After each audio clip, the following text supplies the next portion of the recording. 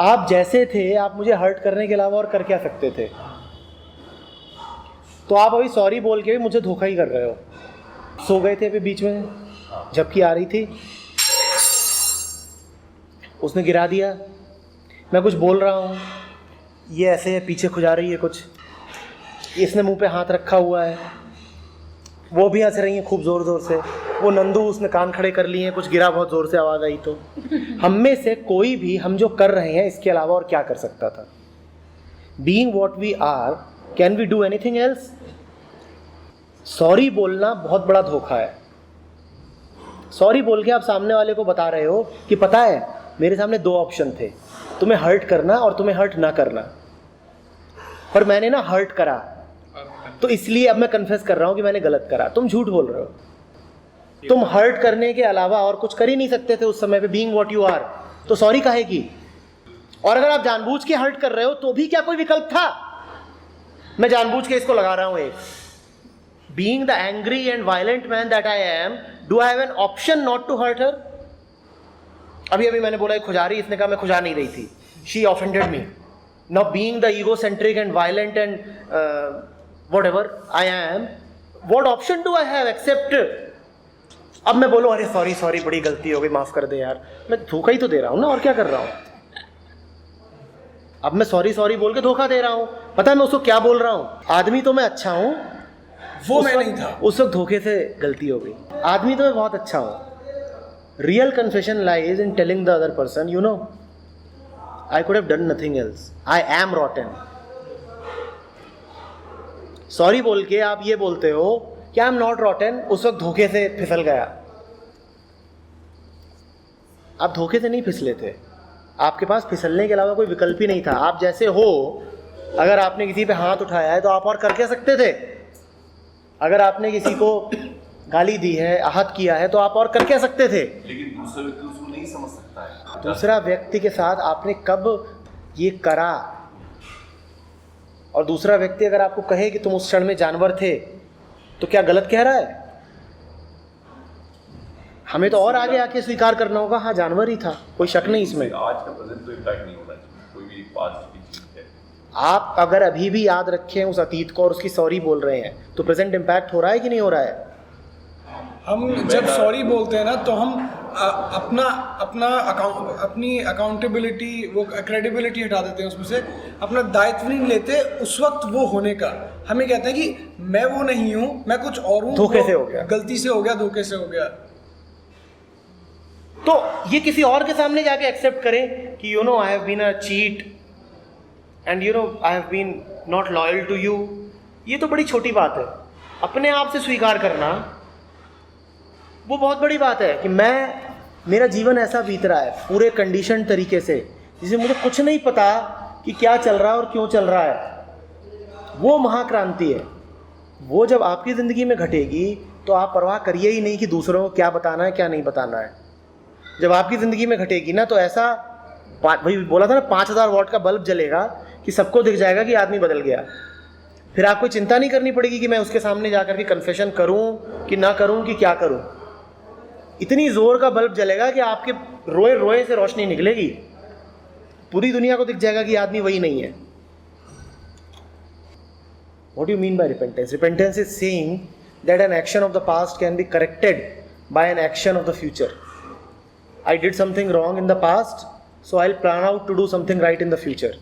Repentance is to say that an action of the past can be corrected by an action of the future, which is stupidity. Action of the past cannot be corrected by another action. फल भी भोगने में देखिए बातें हैं बहुत साफ साफ। मैंने कल गंदा खाना खाया, कल मैंने इसके साथ बैठ के खूब दारू पी ली। आज जहाँ तक शरीर की बात है, शरीर कैसा रहेगा? गिरा रहेगा, सर भी दर्द हो सकता है, पेट भी बाऊं बाऊं, ठीक है ना, दस्त आ रहे हैं। फल भोग रहा हूँ, फल लेकिन दो तरीके से भोगा जा सकता है। किन दो तरीकों से? अभी जग गया, अब सफरिंग बहुत कम हो जाएगी, शरीर को रहेगी, मन को नहीं रहेगी।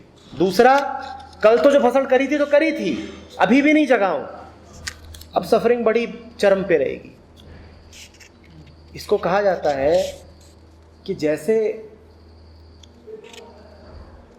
बाण से छूटा हुआ तीर वापस नहीं आ सकता। अगर तुमने ये जान भी लिया कि जिस पे तुमने निशाना लिया था वो शेर है ही नहीं, वो गाय है। तुमने निशाना लिया, तुमने सोचा शेर है और तुमने तीर छोड़ दिया। छोड़ने के बाद तुम्हें पता चला कि ये गाय है, पर तीर नहीं वापस आएगा, अब वो लगेगा। ठीक उसी तरीके से कर्म के बाद यदि ज्ञान हो, कर्म के बाद यदि ज्ञान हो तो कर्मफल तो रहेगा तब भी, लेकिन ज्ञान होना तब भी बेहतर है ज्ञान न होने से, क्योंकि सफरिंग कम हो जाएगी। कर्मफल तब भी रहेगा पर सफरिंग कम हो जाएगी। जैसे वो जिम का एग्जांपल था ना, आपने दिया था कि जो एक मोटा इंसान है उसको अभी मेहनत करनी पड़ेगी क्योंकि बहुत सारा इकट्ठा कर रखा है, और फिर जब वो न्यूट्रल होगा, माइनस का जीरो आएगा, फिर कुछ प्लस में काम शुरू होगा। इसको जो कहा जाएगा वो ऐसे कहा जाएगा कि लकीरें तो तुम खींच ही रहे हो, और हर लकीर जो तुम खींचते हो वो तुम्हारे मन के सफ़ेद पृष्ठ को गंदा ही करती है। अतीत का कर्म एक लकीर था और उसको साफ करने के लिए तुमने जो उपाय चुना है वो ये है कि एक और लकीर। तो तुम क्या कर रहे हो? सफाई कर रहे हो। एक कर्म को दूसरे कर्म से काटने की कोशिश महागंदगी है, और मन को अच्छी लगेगी क्योंकि अब मन को मिल गया ना, ये तो रिपेंटेंट आदमी है, इसीलिए तो हर धर्म में रिपेंटेंस का इतना महत्व है। प्रायश्चित पाप को परपेचुएट करता है। एक बात समझ लीजिए साफ साफ, प्रायश्चित पाप को बढ़ाता है। बड़ा अच्छा तरीका है वो पाप को बढ़ाने का। गंगा में नहा लो, खूब भसड़ मचाओ, खूब भसड़ मचाओ, कुत्तों की तरह नंबर 2 का पैसा कमाओ और उसी नंबर 2 के पैसे से मंदिर बनवा दो।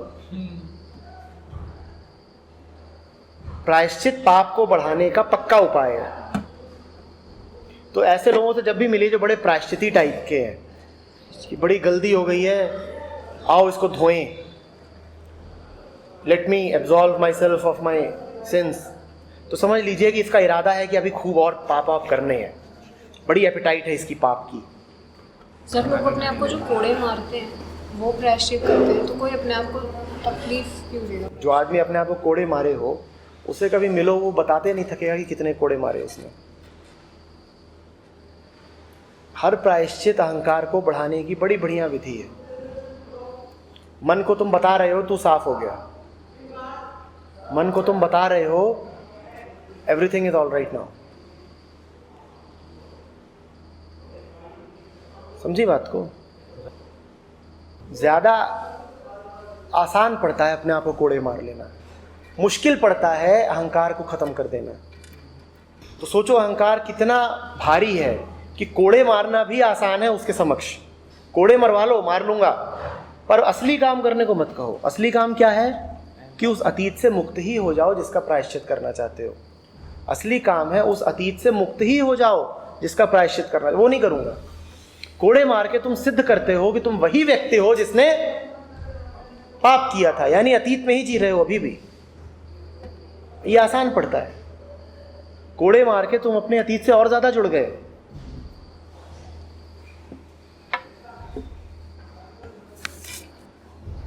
फिर तो किसी को किसी से सॉरी कहना ही नहीं चाहिए। तुम सोचो,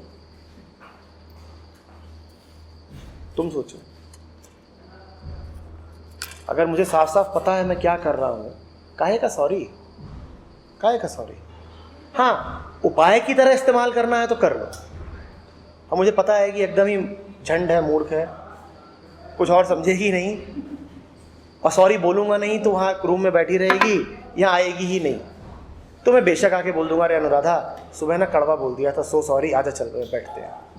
तो ये तो उपाय की तरह यूज़ करना हो तो कर लो, पर दिल से कभी सॉरी अनुभव मत करना, क्योंकि वो जो सॉरी का अनुभव करना है वो अहंकार की बड़ी अच्छी विधि है अपने आप को बढ़ाने की। 2 शब्द हैं जो नहीं बोले जाने चाहिए संबंधों में। पहला आई लव यू कभी नहीं बोला जाना चाहिए, दूसरा आई एम सॉरी। ऐसा क्यों? नहीं बोले थे? क्योंकि ये दोनों बातें बीइंग की हैं, बोलने से बड़ी झूठी हो जाती है, कभी नहीं बोले जाने चाहिए। है तो वही 5000 वॉट का बल्ब जलेगा और दिखेगा, और अगर इतना बड़ा बल्ब जल रहा है तब भी वो सामने वाले को दिख नहीं रहा, तो अच्छा ही है कि नहीं दिखा।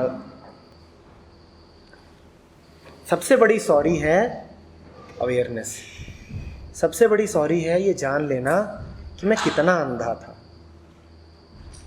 बस यही है सॉरी, इसके अलावा कोई सॉरी नहीं है, यही सॉरी है, बस मैं कितना अंधा था, बस यही है। उसके बाद कर्म होगा, बड़ी ताकत से होगा। कह तो रहा हूँ 5000 वॉट का बल्ब जलेगा, पूरी दुनिया को दिखेगा कि आदमी बदला।